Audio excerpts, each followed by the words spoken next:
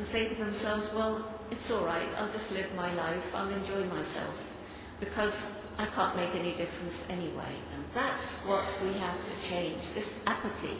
It's everywhere, it's in every country.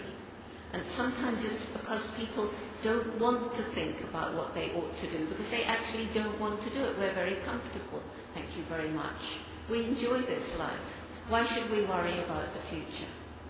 You know, the indigenous people around the world used to make major decisions based on how will this decision affect our people 7 generations ahead. Only too often today we make decisions, big decisions, involving millions of people and millions of dollars based on how will this affect the next shareholders meeting 3 months ahead. That's what's gone wrong. And don't we care about our children?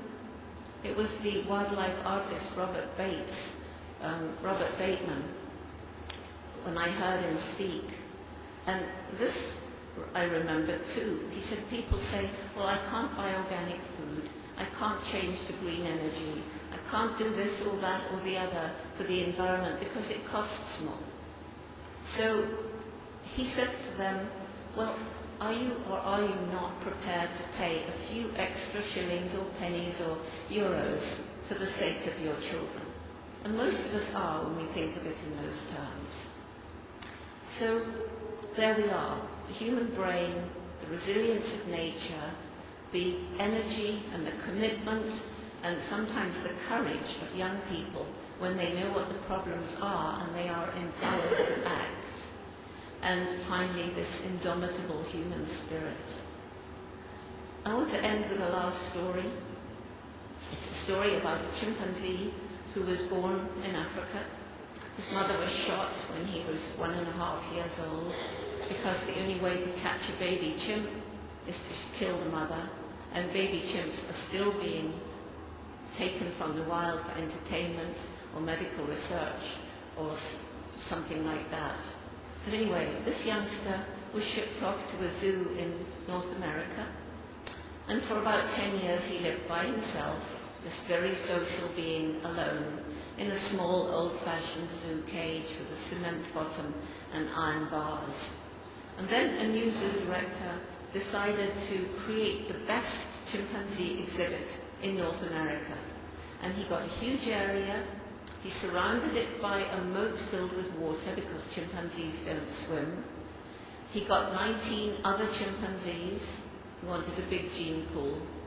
Gradually they were all introduced to each other, and this is difficult because they have this dominance drive, and the males particularly want to have it out with each other as to who's going to be boss.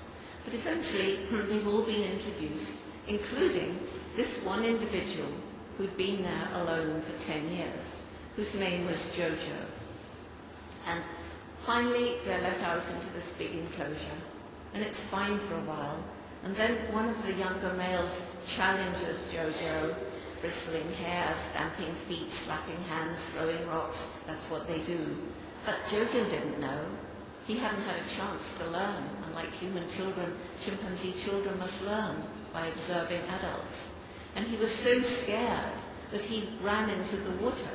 He didn't know about water, something you drink from a cup.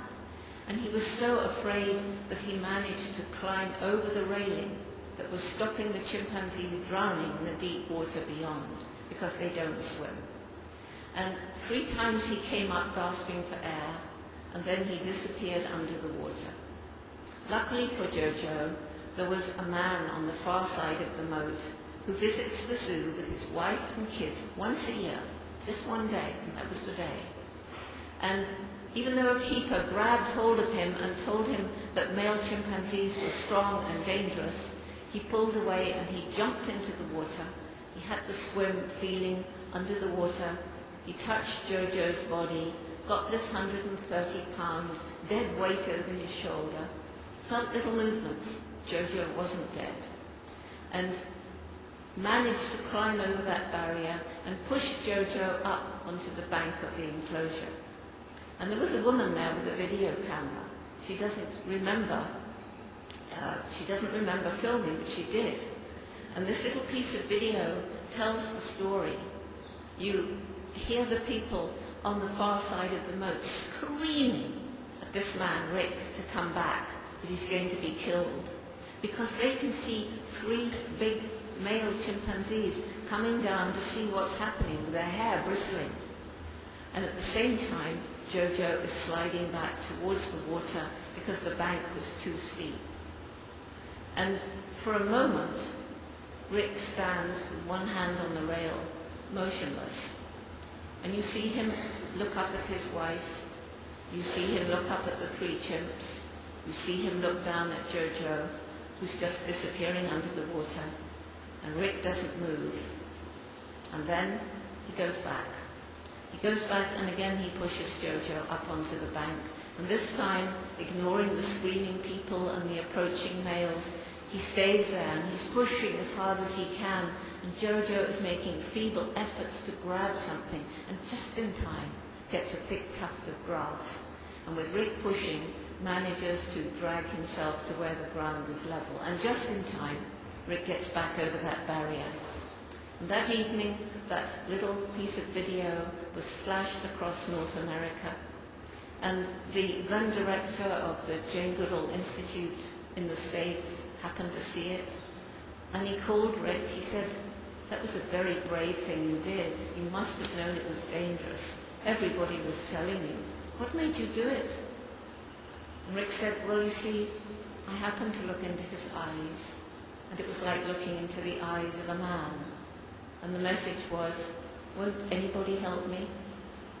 And you see, that's the look I've seen in the eyes of so many suffering animals, whether in Africa or anywhere else. But it's the look I've seen too in the eyes of children in the refugee camps who've seen their parents killed in conflict in Africa. I've seen it in the eyes of street children and homeless people. And if you see that look and you feel it in your heart, you have to jump in like Rick and try to help. And I think that's my greatest reason for hope, that all these problems in the world, hundreds and hundreds and hundreds and hundreds of problems, maybe more than ever before, but everywhere there's a problem, I've found a group of dedicated, caring people risking their lives, sometimes to try and put those problems right. And that's why it's wonderful that so many of you have come this afternoon. That's why it's wonderful that we understand a need for a day to celebrate biodiversity. The Jane Goodall Institute has begun in Spain. We started it, we launched it last week in Barcelona, where the education, the Roots and Shoots program will, for now, be in the zoo in Barcelona. But it was because of Farhan sitting down here in the front row, whom I met, who said, yes, we need to have this message. We need the Roots and Shoots program. We need the awareness of what's going on in Africa. We need it in Spain. He's not paid, but he works really hard, not only at his own job, but in the evenings and the weekend, to grow the Jane Goodall Institute and the Roots and Shoots program. This morning we had a wonderful offer of support from the Minister of the Environment, which has now been echoed by the Minister of Agriculture and of Forestry. And we already have some Roots and Shoots groups. We have other wonderful volunteers as well. We have Joseph Lewis, who's sitting in the front here, and we have Manuel, and we have Barbara, all people who are volunteering to spread this message. This isn't the only message. It's my message. It's the message that has grown out of 40 years of living in the forest with the chimpanzees and increasingly traveling around the world and seeing with my own eyes the problems, but feeling in my heart the hope that's growing around the world because of all the amazing people who are rolling up their sleeves and jumping in and doing their bit to help.